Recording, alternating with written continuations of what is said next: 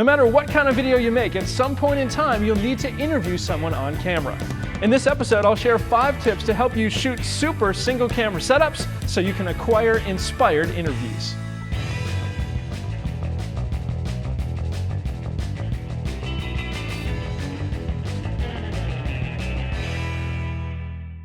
Every videographer needs to know how to set up and shoot an interview. You might think it's easy to get great results, but I've seen some pretty awful examples from people that present themselves as pros. I've got 5 tips for shooting single camera TV style interviews, so if you're ready, let's take 5. Tip number 1, preset your set. Get your set set before your expert arrives. If you've ever been on the set of a big-time production, you'll notice that everything is planned. The crew takes great pain to control what's in the frame.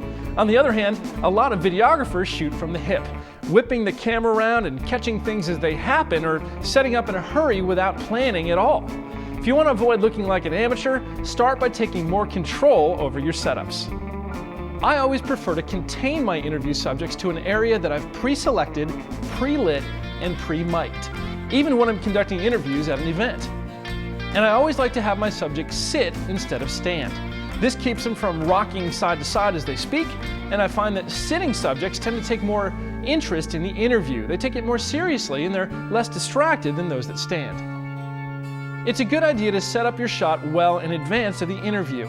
Adjust your lighting and audio using a stand-in to get your set set before you start. When your interviewee arrives, you should be ready to roll. Remember, your subject's time is more important than yours. You need to be ready to go so that you can be respectful of the time that they give you. This is especially true if you interview high-profile people. In some cases, if you're not ready when they arrive, you may not get an interview at all.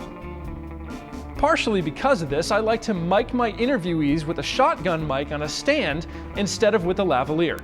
It's not always easy to pin a lav on a subject so it can't be seen, and running a mic cable through someone's clothes is always an awkward way to introduce yourself.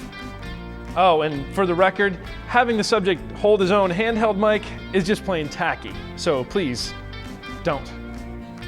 To get better looking interviews, start by taking more control over your setups. Pre-setting your set and having your subject sit will set you up for a successful shoot. Tip number 2, go over the shoulder. Position your people properly for the most appealing production. Okay, you're ready to preset your set, but how will you position your people? Well, for the moment, let's assume that your subject will be interviewed by an on-screen host or a reporter. Most people default to a side-by-side, shoulder-to-shoulder setup, but it's hard to get good shots with this arrangement, especially when you're shooting with a single camera. Often you have to settle for a series of poorly composed profiles or a shot of an ear. Do you see this setup on TV? Yeah, but it's usually used by live reporters doing on-the-spot interviews in the field or by talk show hosts who are working in front of a live audience. While it is done, it isn't the most ideal for most productions. If you want to create a more produced, high-end, TV-style interview, you need to consider another setup. Instead of having your people sit side by side, consider using a face-to-face configuration. Position your camera to shoot over the shoulder of your interviewer so you get a nice shot of your subject looking slightly to the side of the camera. More on this setup later. You should be able to get 4 good shots from this setup. A wide establishing shot that includes the interviewer, a tighter over the shoulder shot, a medium close-up of your subject without the interviewer, and a close-up for more intimate answers. Don't just settle for a side-by-side setup. Sometimes the better answer is to shoot over the shoulder. Tip number 3, don't look at the lens. You'll get better results if you can take their attention off the camera. Most of the people you interview will probably not be comfortable looking into the lens, so don't ask them to. Besides, proper protocol says that in most situations the interviewee should talk to the interviewer, not to the camera, even if the interviewer is unseen. The host of the show should address the audience, and the guest should address the host. It's just how it's done. Instead of having your interview subject look at the lens, have him talk to a person. It'll make him feel more comfortable and look more natural. Most of the interviews you see on TV are shot this way. Whether you're interviewing an athlete, an actor, a businessman, or a bride, you'll get better results if you can take their attention off the camera and instead involve them in a conversation. It's also a good idea to put a piece of black tape over your tally light so they're not distracted by the flashing red beam. If you want your interviews to look more like the ones you see on TV, don't let your subjects look at the lens. Tip number 4, zip your lip. Allow your interviewees to answer without interruption. As with all productions, it's important to shoot with the edit in mind. When you're shooting interviews, this means not stepping on the interviewee's answers. A good interviewer will ask a good focused question and then let the interviewee answer without interruption. Inexperienced interviewers who respond verbally while the subject is speaking or start asking the next question before he's done answering the previous one are an editor's nightmare.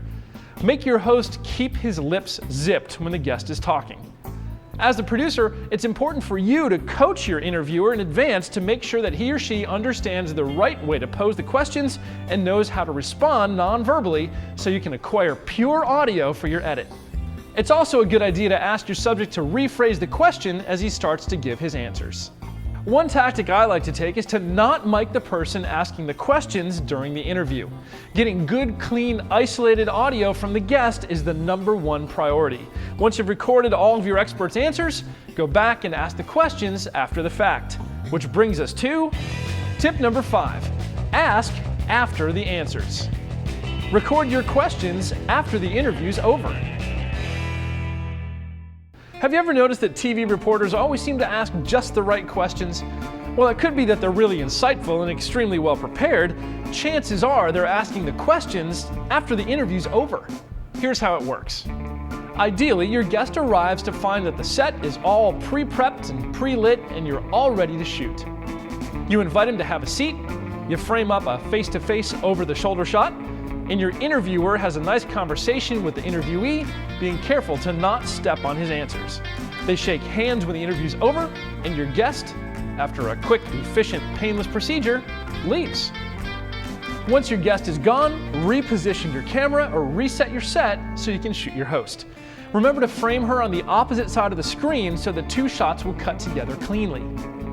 A good producer will be able to assess the guest's answers and rewrite better questions after the interview. This can be done right away, or the next day, or even in a different location as long as the setting looks similar. Now it's time to mic your reporter and record her doing 2 important actions. The first is asking the newly framed questions to an empty chair or a stand-in. This takes a little bit of acting ability, but it's a way better way than trying to capture the questions in real time. The second thing you need to get is a series of non-verbal reaction shots. Shooting head nods of your host with curious, serious, and thoughtful expressions will give you an arsenal of options in the edit bay. These head nods not only connect your reporter to the conversation, they're a cool tool to cover your cuts when you edit the interview. There you go, 5 tips for awesome interviews. Number 1, preset your set. Number 2, go over the shoulder. Number 3, don't look at the lens. Number 4, zip your lip. And number 5, ask after the answers. Try out these 5 simple tips when you shoot your next interview. You'll be better prepared, have less stress, and you'll get great results. Here are 2 more quick bonus tips. It's a good idea to keep one of these, a makeup compact, in your camera bag. A little clear powder will help you keep the people you shoot from looking shiny. And a second tip, unless you're working with professional talent, don't let people see themselves on a monitor. Everyone wants to know what they look like, but nobody likes the way they look on camera. Showing them will only make them self-conscious and nervous, and it'll mess up your interview. If they want to know how they look, let them use the little mirror inside the compact.